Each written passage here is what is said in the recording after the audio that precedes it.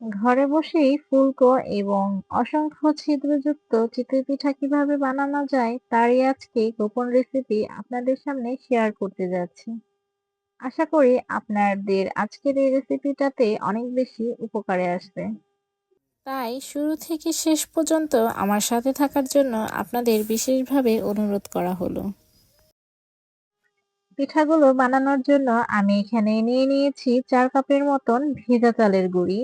আপনারা চাইলে এখানে শুকনো চালের গুঁড়িও ব্যবহার করতে পারেন। শুকনো চালের গুঁড়ো দিয়েও কিন্তু পিঠাটা করলে একদম পারফেক্ট ভাবে তৈরি করা যায়। আর আমি এখানে নিয়ে নিয়েছি প্রায় ২ টেবিল চামচের মতন ময়দা আর স্বাদ মতো লবণ।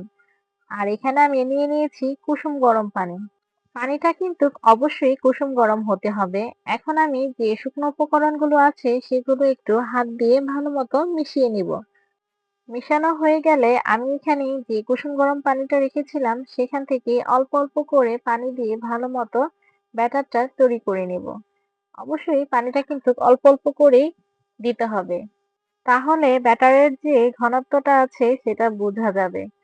আমি পানিটা দেওয়া হয়ে গেলে প্রায় ৩ থেকে ৪ মিনিটের মতন এভাবে উপর নিচ করে হাত দিয়ে ভালো মতন মিক্সিংটা করে নিব।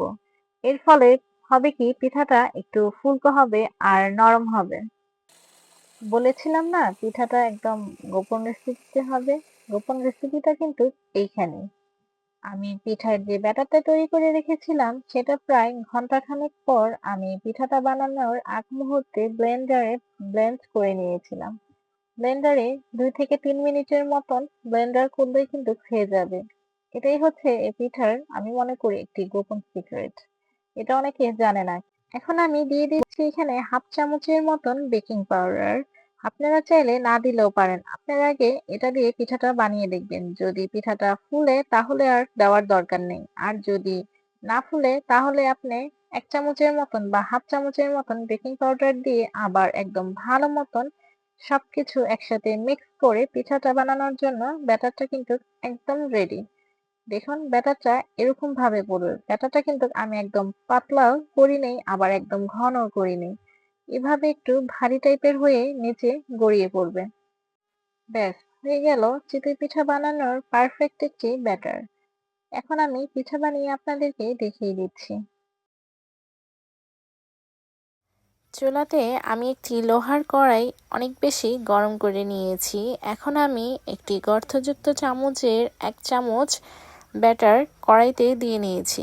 এখন ঢাকনা দিয়ে আমি ২ মিনিট অপেক্ষা করব। এরই মধ্যে কিন্তু পিঠাটা কুক হয়ে যাবে। ২ মিনিটের মধ্যেই কিন্তু পিঠাটা একদম ভালো মতন কুক হয়ে গিয়েছে। এখন আমি একটি চামচের সাহায্যে এভাবে করে উঠিয়ে নিচ্ছি। আমি কিন্তু কড়াইতে কোনো তেল বা পানি ব্যবহার করিনি। পিঠাগুলো কিন্তু এমনি এমনিই উঠে যাচ্ছে।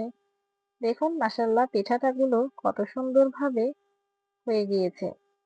কতটা ফুলেছে এবং কতটা ছিদ্রযুক্ত হয়েছে তা আপনারা নিশ্চয়ই দেখে বুঝতে পারছেন। আর পিছন সাইডটাও এমন হয়েছে। ব্যাস হয়ে গেল অসংখ্য ছিদ্রযুক্ত এবং একটি পারফেক্ট চিতই পিঠার রেসিপি। যদি আমার এই রেসিপিটা আপনাদের ভালো লাগে তাহলে অবশ্যই আপনাদের ফ্রেন্ডস বা ফ্যামিলিদের সাথে শেয়ার করতে ভুলবেন না। আর এরকম নিত্য নতুন রেসিপি পেতে অবশ্যই আমার পেজে ফলো দিয়ে আমার পাশেই থাকবেন।